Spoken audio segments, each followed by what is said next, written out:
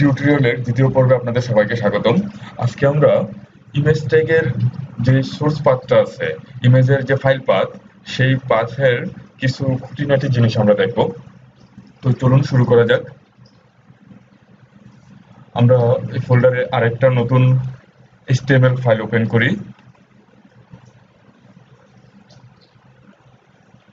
যেহেতু আমাদের এটা হচ্ছে 2 নম্বর টিউটোরিয়াল, তাই ফাইলটাকে সেভ করি 2.html নামে। .html ওকে।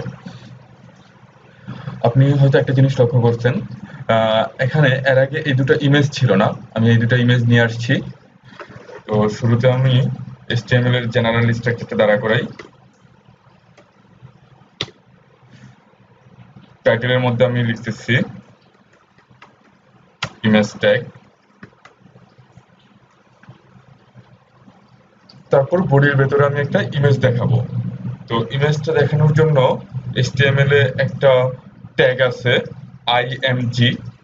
আমি লেস দেন সিম্বল ব্যবহার করার পর আই লেখার পরে অটোমেটিক্যালি আমাকে এখানে সাজেস্ট করতেছে img। এখন এন্টার চাপলে করেসপন্ডিং স্ট্রাকচারটা আমাকে দেখাবে। ইমেজ রেফার করার জন্য ইমেজ ট্যাগের ভেতরে থাকে src attribute source. Source means ইমেজের সোর্সটা কোথায়। তো আমি এখানে দেখতে পাচ্ছি ইমেজের সোর্সটা হচ্ছে আমার যেখানে HTML ফাইলটা আছে সেখানেই ইমেজগুলো আছে। তো আমি ইমেজটা রেফার করার জন্য ইমেজের নামটা এক্সটেনশন সহ লিখতে হবে। যেমন আমি যদি এই ইমেজটা রেফার করতে চাই তাহলে logo .jpg। আমি যখন এভাবে লিখব তখন এই ইমেজটা আমার এখানে লোড হবে। সেভ করার পর আমি এটা দেখি ব্রাউজারে।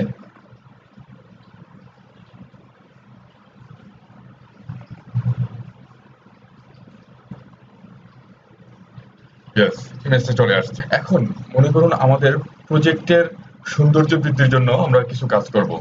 আমি এই ফোল্ডারটাতে যাই।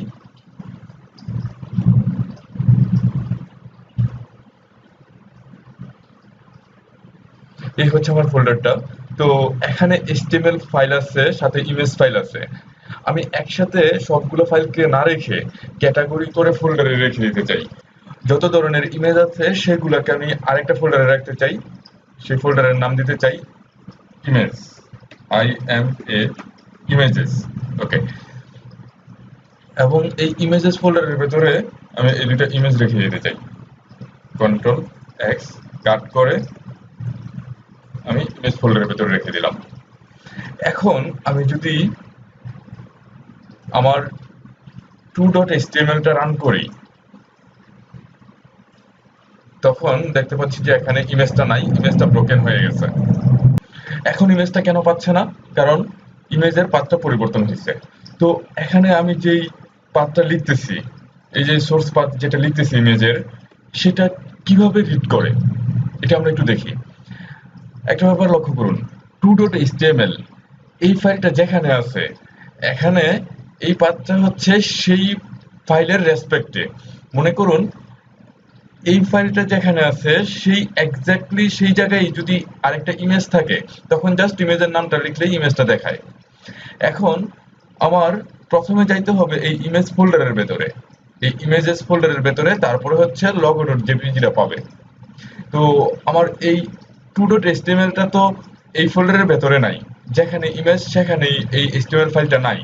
তো আমার প্রথমে এই ফাইল থেকে যাইতে হবে হচ্ছে ইমেজেস ফোল্ডারের ভেতরে, তারপর হচ্ছে ওই ইমেজটাকে রেফার করতে হবে। সেই কাজটা করার জন্য আমার শুরুতে হচ্ছে ফোল্ডারের নাম, আমি যেখানে আছি সেখান থেকে যতগুলা পাথ আমার ভেতরে যাইতে হবে সেগুলা ফরওয়ার্ড স্ল্যাশ দিয়ে দিয়ে লিখতে হবে। যেমন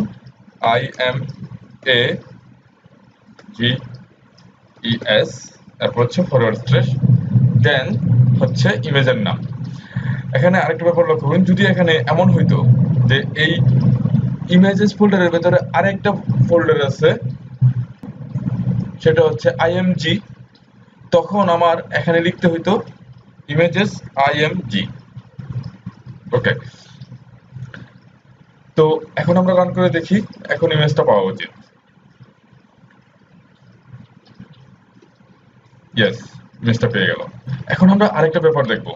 মনে করুন আমি চাই এখানে যে HTML ফাইলগুলো আছে সেইগুলো থাকবে আরেকটা ফোল্ডারে। এখন আমি একটা HTML ফোল্ডার ক্রিয়েট করি, HTML। ওকে, আমি কি করলাম, এই দুটো HTML ফাইলকে নিয়ে গেলাম HTML ফোল্ডারের ভেতরে, কন্ট্রোল V। ওকে, তো এখন যদি আমি আমার টু.html-টাকে আবার রান করি, তাহলেও ইমেজটা দেখা যাবে না। কারণ কি, আমার এখনো পাথটা পরিবর্তন হয়ে গেছে। আমি যেখানে ইমেজ কোডটা লিখছি, ইমেজ ট্যাগটা লিখছি, সেই ফাইলটা যেইখানে আছে সেই লোকেশন থেকে সেটাকে রেফারেন্স ধরে আমার ইমেজটা কোথায় আছে সেটা আমার বের করতে হবে। তো একটা ব্যাপার লক্ষ্য করুন, এখানে টু.html ফাইলটা আছে HTML ফোল্ডারে। তো প্রথমে আমার এই ইমেজ ফোল্ডারের ভেতরে ঢুকতে হইলে আমার এই ফোল্ডারের বাইরে আসতে হবে। মানে HTML ফোল্ডারের ভেতরে তো এটা আছে, এটার বাইরে আসতে হবে, তারপর হচ্ছে ইমেজ ফোল্ডারের ভেতরে ঢুকতে হবে।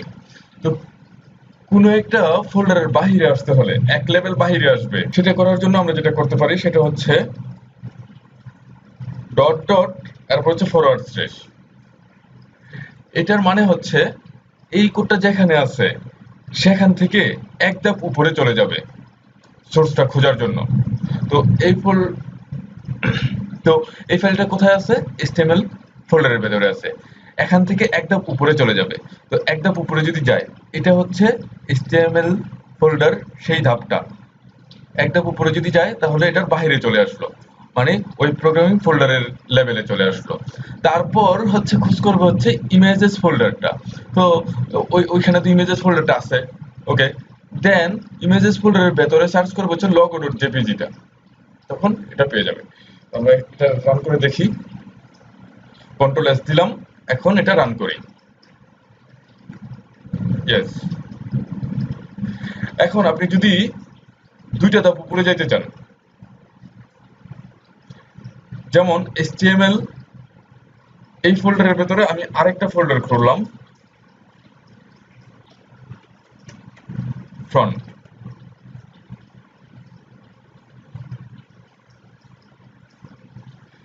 এই দুটি HTML ফাইলকে নিয়ে গেলাম হচ্ছে ফ্রন্ট ফোল্ডারের ভেতরে। তাহলে দেখি কি হয়।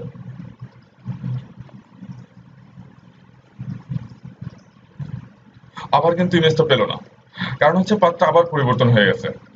এখানে দেখুন, আমার ফ্রন্ট নামে একটা ফোল্ডার আছে, আমার প্রথমে এই ফোল্ডার থেকে বাইরে বের হইতে হবে। তো এই ফোল্ডার থেকে বাইরে বের হওয়ার জন্য আমার এই যে ডট ডট তারপর হচ্ছে ফরওয়ার্ড স্ল্যাশ, কিন্তু এই ফোল্ডারের বাইরে যখন আবার ইমেজ ফোল্ডারটা সার্চ করবে সেখানে তো ইমেজ ফোল্ডার নাই, HTML ফোল্ডারের ভেতরে তো ইমেজেস ফোল্ডার নাই, সেটা আছে হচ্ছে HTML ফোল্ডারের বাইরে। তো আমার কি করতে হবে, প্রথমে বের হতে হবে হচ্ছে ফ্রন্ট ফোল্ডারের থেকে, এই ফোল্ডার থেকে, তারপর বের হতে হবে HTML ফোল্ডার থেকে। তার মানে আমি যদি পরপর এরকম দুটা ডট ডট দেই, এটা এই যে এটা হচ্ছে বের হবে এই এই ফোল্ডার থেকে, আর এটা বের হবে হচ্ছে এই ফোল্ডার থেকে। তারপর সার্চ করবে ইমেজেস ফোল্ডার এবং দেন হচ্ছে ইমেজ ফাইলটা, এবং সেটা পেয়ে যাবে। ওকে, আমরা দেখি, রিলোড দেই। ইয়েস, তো আমরা দেখলাম একটা ইমেজের লোকেশন চেঞ্জ হলে সেটা কিভাবে ইমেজের সোর্সে পরিবর্তন করতে হয়। যতগুলো পসিবল ওয়ে থাকে, ইমেজ নিজে অন্য একটা লোকেশনে চলে যেতে পারে, যেখানে আমি কোড লিখতেছি সেই ফাইলটা অন্য একটা লোকেশনে চলে যেতে পারে। তো যতগুলো পরিবর্তন সেগুলোর স্টেপ বাই স্টেপ আমরা কিভাবে কোডের মধ্যে নিয়ে আসতে পারি। কোনো একটা ইমেজ যখন না পাবে, আপনি এই ইনফরমেশনগুলো জেনে, এই কৌশলগুলো ব্যবহার করে খুব সহজে ওই প্রজেক্টের ওই ইমেজটাকে জায়গা মতো সেট করে দিতে পারবেন। তো আজকে তাহলে এ পর্যন্তই, আমাদের সাথেই থাকুন, আমাদের সব আপডেট পাইতে আমাদের চ্যানেল সাবস্ক্রাইব করুন, সাথেই থাকুন, হ্যাপি করি।